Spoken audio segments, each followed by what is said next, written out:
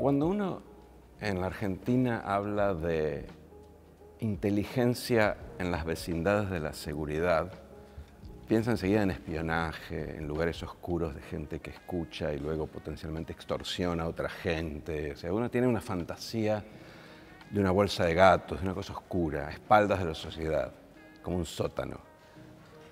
Vos trabajaste en la coordinación y planeamiento del Ministerio de Seguridad y en particular, corregime si me equivoco, en un momento en donde se pensó en ese ministerio como en una gran unidad de inteligencia criminal. Inteligencia y seguridad, de vuelta. ¿Cuánto hay de mito? O sea, ¿qué es la inteligencia criminal? ¿Cuánto hay de mito en esto de que cuando uno habla de servicios de inteligencia en Argentina es básicamente un bajo fondo oscuro que nos controla y nos extorsiona? Estoy exagerando, obviamente. Hay dos, la razón del mito tiene que ver con dos acepciones de un fenómeno que son muy distintas entre sí. Una es la inteligencia, entre comillas, mal aplicada, que tiene que ver con algunas de las derivaciones que vos señalabas, que obviamente son un problema grave de las democracias en el mundo y que requieren políticas específicas para que eso no ocurra. El Reino Unido ha disuelto cuerpos enteros de inteligencia, Alemania lo hace cada 4 o 5 años, disuelven los cuerpos y cambian. Por lo tanto, eso es un tipo de políticas relacionadas con los servicios de inteligencia de aplicación política. Una cosa distinta, totalmente distinta, es la inteligencia criminal. Significa básicamente tener servicios de seguridad, en el mejor de los sentidos, inteligentes, que tengan la capacidad de poder recabar pruebas. Esas pruebas se recaban con autorización judicial, son oponibles en juicio y permiten llevar eventualmente a condena a las personas responsables del delito complejo. Son dos acepciones totalmente distintas. ¿Mismos protagonistas? No son los mismos protagonistas, son otros los protagonistas. Normalmente la inteligencia criminal es una inteligencia vinculada a las fuerzas de seguridad y que está directamente tutelada y dirigida por jueces y por fiscales. Eso no tiene que ver con la inteligencia de carácter político que existe en todos los países del mundo. Pero, por ejemplo, la CIDE o la actual AFI, ¿cuál es su rol en relación al otro? ¿En qué se diferencian? ¿Cuál es su rol específico? ¿Y quién debería controlarlos? O sea, porque yo me imagino que vos decís, bueno, de vez en cuando haces borrón y cuenta nueva, pero dejas a todos estos personajes dando vuelta y uno se imagina en Argentina en mano de obra desocupada, siempre vuelven a reinsertarse. ¿Cómo se resuelve ese control? Primero, las funciones específicas de la AFI tienen que ver con alguna dimensión de carácter exterior, es decir, proveen información estratégica acerca de las amenazas que puede eventualmente tener la Argentina, vinculadas a temas, por ejemplo, como el terrorismo o como redes internacionales que pueden operar en la Argentina. Y luego tiene una dimensión interior, que es una dimensión que ha sido, desde mi punto de vista, mal utilizada en la Argentina, que tiene que ver con roles absolutamente expandidos y no específicos respecto de qué hacer. Puntualmente, organismos como la CIDE deberían hacer inteligencia preventiva, es decir, brindarnos un cuadro general de amenazas respecto del cual después pueda haber inteligencia específica sobre un individuo en particular. ¿Me explico? Pero es básicamente gente que cuando hace bien su trabajo tiene que manejar un número muy importante de fuentes de información y poder realizar análisis pretendidamente sofisticados sobre una amenaza potencial de carácter preventivo y luego debería aplicarse a investigaciones específicas. En la Argentina existe un ingrediente particularmente complejo, que es que la CIDE o la AFI pueden ser auxiliares de la justicia, es decir, pueden actuar en investigaciones puntuales. Y eso, desde mi punto de vista, tiene una serie de derivaciones que no aumentan ni el prestigio, ni la legitimidad, ni la eficiencia de ese organismo. Te cambio un poco, siempre en el área de seguridad, un tema puntual que en realidad es un tema más general, que es el del narcotráfico. El tema puntual es Rosario, como foco de qué, o sea, vos sos un experto en el tema, pero supongo que es de transición o de distribución, porque me imagino que Rosario no es Colombia, que es productora, ni México, que es la puerta de entrada. ¿Cómo se crea eso y sobre todo cómo se sale? Y la verdad es que qué tan grave es, o sea, en qué etapa estamos de la involución del problema narco. El problema narco tiene fundamentalmente consecuencias institucionales. Por supuesto tiene otras consecuencias. Tiene consecuencias económicas, tiene consecuencias de salud sobre la población, tiene, por supuesto, consecuencias delictuales de todo tipo sobre la violencia. Pero desde mi punto de vista el principal y más grave problema que tiene la criminalidad organizada, y no solo el narco, es que pone en jaque las instituciones y hace que partes enteras de un sistema democrático dejen de funcionar, sencillamente porque los funcionarios que tienen que servir al público sirven a un grupo delictivo, y en muchos casos son parte de un grupo delictivo. La situación en la que estamos en Rosario hoy es que, desde mi punto de vista, ese proceso de contaminación institucional ha crecido de manera muy significativa en los últimos años. ¿De quién estamos hablando? ¿De la policía? ¿De quién más? ¿De los jueces? Eso tiene que ver con ramificaciones en el poder legislativo de la provincia de Santa Fe, tiene que ver con ramificaciones en el Ministerio Público de la provincia de Santa Fe, tiene que ver con ramificaciones potenciales en el Poder Judicial de la provincia de Santa Fe, y por supuesto con ramificaciones muy severas en la policía de la provincia de Santa Fe. ¿Pero sigue estando encapsulado en Santa Fe o se extiende? Tiene carácter provincial hasta el día de hoy, pero esto es obviamente un reloj que corre, digamos, ¿no? En la medida en que el Estado no toma cartas en el asunto de manera concluyente, eso no hace más que crecer. Y una cosa más te quiero agregar sobre este punto: el problema de Rosario, de Santa Fe, obviamente no es un problema local, no es un problema municipal, porque he escuchado... Sí, no lo va a resolver, no es responsabilidad del alcalde. No lo va a resolver ningún alcalde, por eso la Argentina tiene que tener un esfuerzo nacional, coordinado, constante y con inteligencia criminal, destinado a desarmar no solo las redes de tráfico, sino sus ramificaciones dentro del Estado. El FBI dedica más de la mitad de sus recursos a trabajar sobre los funcionarios corrompidos. ¿En Estados Unidos? En Estados Unidos. No lo hace sobre redes de delito, obviamente lo hace sobre, pero una parte fundamental, no conocida por el gran público respecto a las tareas del FBI, consisten en evitar la contaminación de agentes públicos. La Argentina tiene un largo camino por delante y si no empieza rápido, eso va a escalar a una dimensión que no podamos detener. Ahora, ¿se puede detener?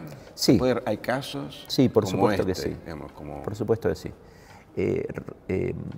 Varias cosas. Primero, la manifestación de la violencia en Rosario se pudo detener en el año 2017 con la intervención de fuerzas federales en la provincia y un plan e investigación criminal. Se logró bajar la tasa de homicidios de Rosario al nivel más bajo en los últimos 20 años. Es decir, no es una cuestión absolutamente imposible de revertir.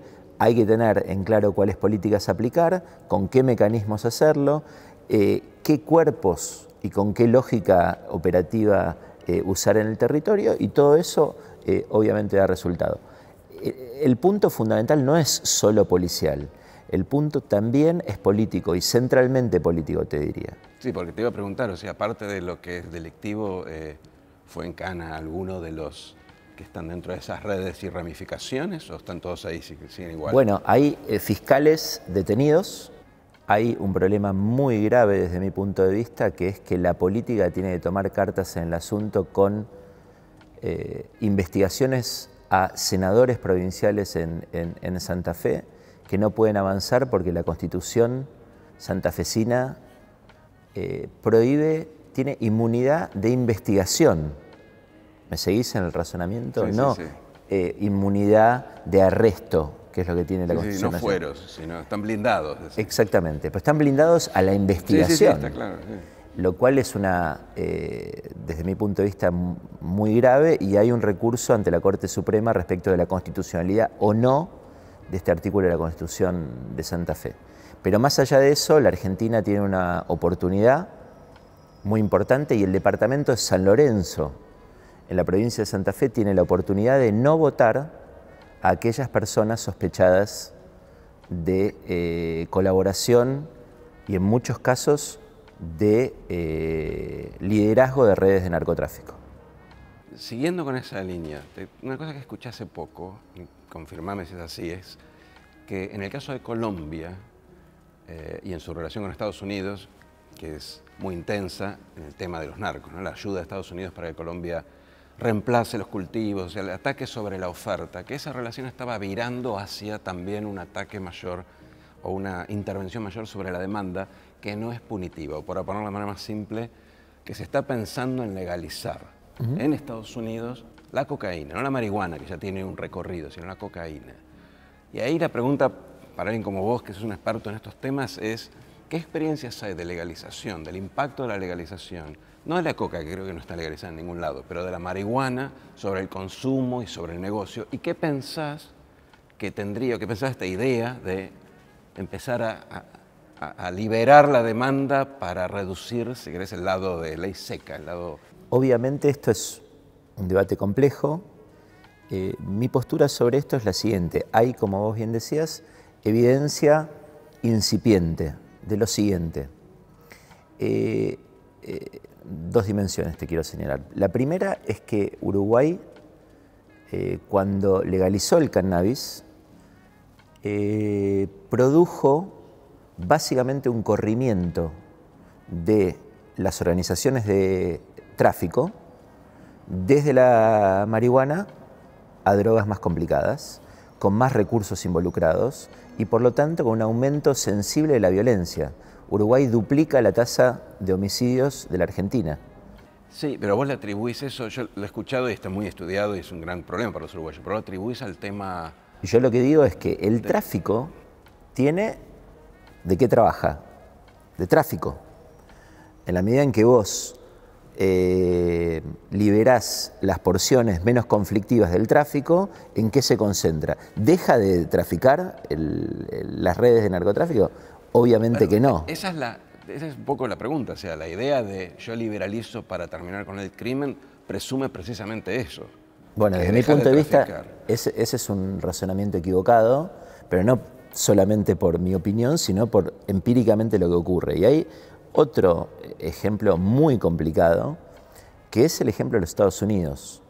Estados Unidos, como vos sabés, en alrededor de 20 estados ha liberalizado el cannabis, tanto a nivel, en algunos casos a nivel medicinal y en otros a nivel recreativo. El efecto que ha tenido ese proceso, no ya sobre las redes, sino sobre el consumo, es que la trivialización del consumo recreativo, supuestamente no problemático, baja las barreras en torno a nivel individual, a defensa de otro tipo de drogas. Entonces uno empieza a escuchar el auge de otros tipos de drogas, de microdrogas. Y, bueno, el resultado de eso, con una droga en particular, el fentanilo, el año pasado son 125.000 muertos, el mayor número de muertos en la historia de la medicina de los Estados Unidos, derivado del abuso de fentanilo. Entonces, pero eso, perdóname, ese abuso está más asociado a los estados donde se ha liberalizado. Bueno, esa es la evidencia que se está recabando en este momento. Ahora, en términos generales, un país que ve, supongo que a vos te habrá pasado tanto como a mí, estar caminando por una ciudad estadounidense y que la gente va fumando normalmente su cigarrillo de marihuana. Eso tiene un nivel que uno puede circunscribirlo a, bueno, se liberalizó esa droga, o esa droga baja los niveles de defensa respecto de otras drogas. Claro, en realidad desde un punto de vista económico uno diría que o podés tener una sustitución, dejas de hacer las drogas duras porque igual esta es la permitida, o podés tener una complementación. Empezar por una me lleva a la otra. Exactamente. ¿Vos decís que eso ya hay evidencia que muestra? No, que se está trabajando en esa evidencia. Eso es fundamental para la premisa que lleva a la liberalización. Exactamente. Ahora, mi argumento simplemente para cerrar este punto es que si vos mirás, insisto, no estoy hablando de nexos causales probados, lo que estoy diciendo es secuencias temporales indican liberalización, epidemia de fentanilo. Por ahora es correlación. Por ahora es correlación, no causalidad. Bueno, vamos a tener que hacer esos números. Pero de lo que me decís, infiero que si el día de mañana se da la discusión sobre la legalización de la marihuana en Argentina, que está siempre dando vueltas pero no termina de cerrar, vos estarías del lado en contra. Hace unos años firmamos con un grupo de colegas de diversa orientación teórica e ideológica un documento que sostiene que, con el que yo estoy de acuerdo, que sostiene la idea de una regulación modulada de las drogas, es decir, distintos tipos de drogas requieren distintos tipos de regulaciones. La lectura de liberalización o no es una lectura desde mi punto de vista y de este grupo algo simplista en términos de que reduce a un tema de blanco y negro situaciones que claramente no son de blanco y negro, ¿no? Porque ahí hay muchos detalles de la implementación de todo eso y sobre todo de qué hacer con los problemas de adicción severa, qué hacer con los problemas, porque eso implica que luego no hay tratamientos sencillos. Eso pasa a nivel, lamentablemente, a nivel en Argentina, en muchísimos casos en los sectores populares donde hay personas con altos niveles de adicción que producto de este proceso de liberalización sencillamente no tienen de alguna manera las instalaciones, la infraestructura. La Matanza tiene, por ejemplo, 1.700.000 habitantes y 16 camas para tratamiento de personas con adicción. ¿Pero en qué sentido la liberalización reduciría la infraestructura de tratamiento? Que entre comillas deja de ser un problema. ¿Deja de ser un problema? No, la liberalización no podría tranquilamente aceptarse simplemente para reducir la pena hacia el consumo sin necesidad de reducir lo que es eso empíricamente, el tratamiento y el acompañamiento. Eso empíricamente no ocurrió.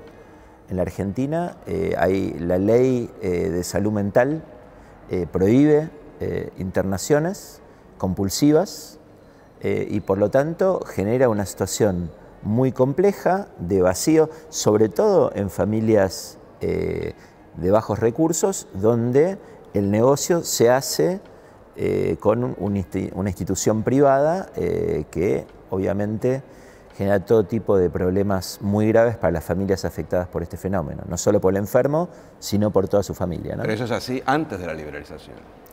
Eso tiene que ver con el proceso por el cual la liberalización de hecho o de derecho, no estoy hablando formalmente de determinados consumos, combinados con las regulaciones legales, entre comillas, permisivas, dan como resultado muchos problemas en términos de tratamiento, yendo a tu punto. Muchas gracias, Ana. Muchas gracias a vos, Eduardo.